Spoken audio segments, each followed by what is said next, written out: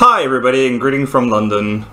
I know everybody must be excited about all the announcements that have already been made and many more to follow. We have some exciting news ourselves to share, and although the title of this talk is probably going to give away a lot, before I reveal everything, I would like to talk a little bit about wallets. So when we look at all the money or currencies that is associated with blockchains on public addresses, you can inherently know that these addresses have corresponding private keys or passwords, if you wish, to spend that money. The ability to spend that money and securely storing your private keys happens within a wallet. So you can imagine that the $2.2 trillion worth of cryptocurrencies are stored in some wallets in some way, shape or form. In this way, the typical assumption that wallets are merely intended to send and receive monies and view your balance is mute. It was in the early days of cryptocurrencies that you needed to have the complete copy of the blockchain in order to actually see the balance that was associated with your wallet. However, Satoshi envisioned a new type of wallet which would later be called the light wallet. Now, the goal of the light wallet is to have universal accessibility for everybody, regardless of the infrastructure that you have at your disposal. An almost inevitable consequence of making wallets lighter was the adoption of blockchain technologies on mobile phone and the start of making UI and UX better and easier for everyone. Looking at the growth of blockchain adoption, we can't fail to observe the enormous growth in wallet diversity. In recent years, we've seen an increasing diversity growing from simple swap functions to NFTs to over-collateralized loans, voting, yield farming, or even self-repaying loans. Those dApps have become increasingly more sophisticated and tailored towards an expert audience. By the way, if none of these previous mentioned features mean anything to you, please do stick around. Because in the end, we know that when technology reaches its saturation points for all the experts or early adopters, then the question inevitably arises, how do we make this accessible to all? So let's start thinking about this question. What is needed to make these products accessible to all? What are the gaps? As a product person, I always ask myself why people are doing what they're doing and what motivates them, and how can we do better? First and foremost, we need to make it easier for the majority of the people. Things like yield farming, UTXOs, epochs, or even delegation is detailed information that is not necessarily accessible to everybody, and we need to do better to make it more accessible. When we really look at everything that's in the market, and there is a lot, we need to come to the conclusion that we can't build everything for everyone. That means that we need to start thinking about modular wallets. We need to have core wallet features and then allow the user to decide what is important to them. We need to have some sort of a dApp store that the user can select what kind of dApps they want. When we open up the dApp store for developers to publish their dApps on it, we need to have some form of identity so that both the user and the developer can know and trust each other. So this means that we need to start having a notion of self-sovereign identity. You are the only one that controls your assets in the same way that you own your identity. You should be able to share and revoke access to it. On top of that, when we send money to friends, we don't want to scan a QR code or type in an address. We want to type in a name and transfer the money to the person without worrying about it. The same thing goes for voting. It's one person, one vote, and your identity is important in that. And yes, in the end of the day, when you do your taxes, the taxman needs to have your identity in order to prove your ownership. All of this needs to be core concepts within the wallet. Last but not least, security in your wallets. In your wallets are your funds, the identity you have, the art you bought. In essence, it's a representation of yourself within the blockchain system. This means that we need to go through extraordinary measures to secure the self. For this reason, we need to have hardware integration into the security, but try to do it in a non-invasive way. We can't have a trade-off between usability and security too much. But I don't want to keep this presentation as simply my musings around what I think the light wallet needs to look like. We actually need to start mapping out how these needs look like. Now bear with us. It's early days and we've decided to call this project Project One, as in one wallet, one world for everyone. Many hours have already been spent on this, and lots of people from both inside and outside the community have shared their insights with us. And I would like to personally thank each and every one of them for their contributions. So without further ado, I'll hand over to my colleague Dan, who's going to present on the collective inputs that we've gathered from all of them. Dan, take it away. Thanks, Alex. Hey everyone, I'm Dan Smith, broadcasting live from warm sunny London. Let's jump straight into Project One. As Alex said, Project One is still in its early development phase and it's evolving at a rapid pace. As well as being light, fast and simple to use, we've taken a modular product approach, utilising both community and internally built products unified in one experience. Product One will truly be the go-to platform for our large user base. The journey begins when you download the Project One extension from your browser. We learned that our community wants to understand product features, fees, and the security in place as early as possible so they can make an informed decision to whether the product is right for them. So we created intro screens that provide all of this information as soon as you launch the extension for the first time. You'll then need to set up your wallet, name it, create a spending password, and back up your 24-word passphrase. Once you've done that, you're ready to enter your Project One wallet. From your wallet, you'll be able to connect to dApps within our ecosystem. Yes, that means jumping into DEXs like SundaySwap or ADAX to swap your favorite tokens. You'll be using platforms like Artano and TNFT to mint or purchase NFTs. How about Liquid or Meld to lend and borrow?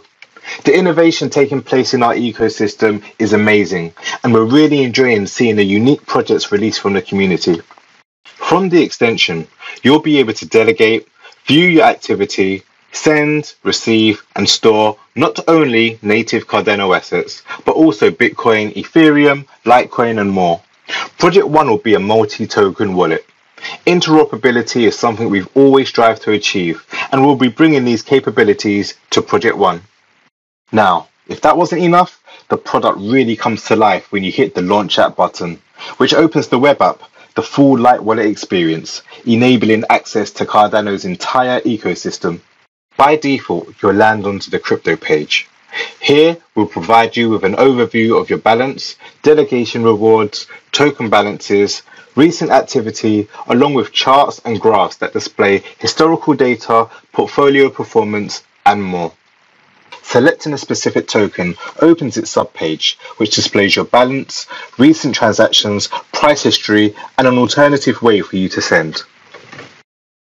Now, let's talk NFTs. We've seen what you creators have been up to in the Cardano space, and frankly, we're blown away. Space Buds, Rhino Generation, Claymates, Cardano Bits, Cardano Kids, the list goes on. The creativity in this space is already heating up, and we're super excited to see the upcoming projects landing on Cardano. So we're happy to reveal that Project One will feature a page dedicated to your collectibles. Let's take a look. Here you'll see all your NFTs in your wallet displayed in a simple gallery view. For you NFT whales that have quite the portfolio, you'll have search and filtering functionality so you can find the NFT you're after. Opening one of the NFTs will take you to a subpage which provides further information about the asset, including date it was minted, owner address, and metadata. From here, you'll also be able to send your NFT. Okay, let's navigate over to activity.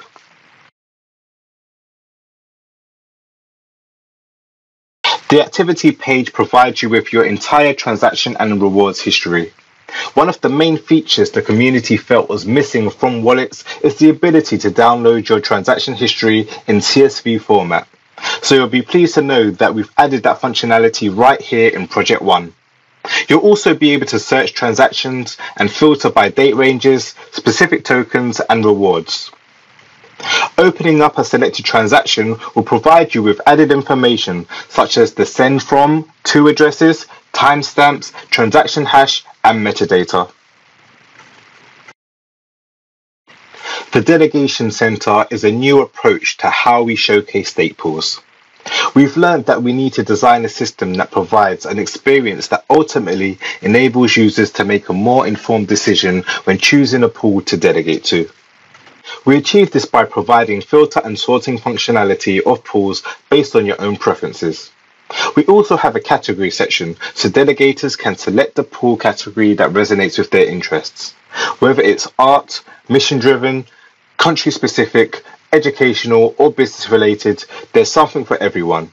We've learned that this approach will help provide a more meaningful delegation experience to the community.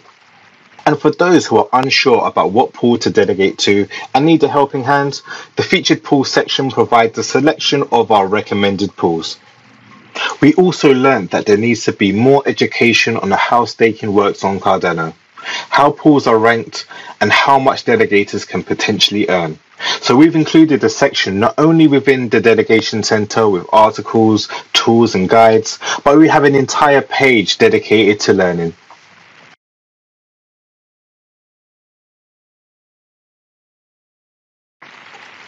Selecting a state pool opens the subpage with further information about the pool, its performance details, and social links. From the state delegation panel, you can enter the amount of ADA you want to delegate and start earning. Or, with multiple delegation baked in, you'll be able to delegate to multiple pools, which provides diversification and also helps to further decentralize the network. Let's check out the dApp store. Now, if you're a dApp developer, this is where you'll want your product to be listed. The dApp store is your gateway to the dApp ecosystem.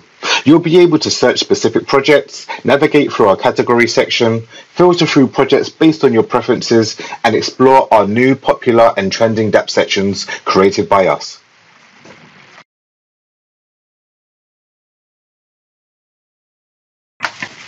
Selecting one of the dApps opens the subpage, which contains further information such as a detailed description, creator info, statistics, and direct access to the dApp itself. Once on your chosen dApp, simply connect to your wallet in one click. Simplifying the blockchain for mass adoption is a mission that drives our organization. This is why identity and privacy are two major focus points for us. Our concept for the Identity Center puts you in control of your personal data right inside the wallet.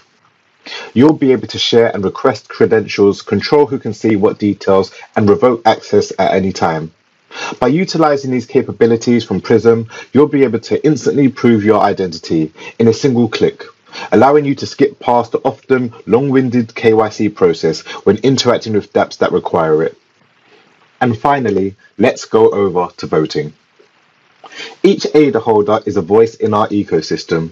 Your holdings give you voting power. Don't forget that participating in the governance is rewarded, giving you the unique opportunity to decide about the future of Cardano whilst earning rewards. Our vision for the voting center allows the community to participate in the governance of Cardano by voting on improvements and new project proposals directly from Project One.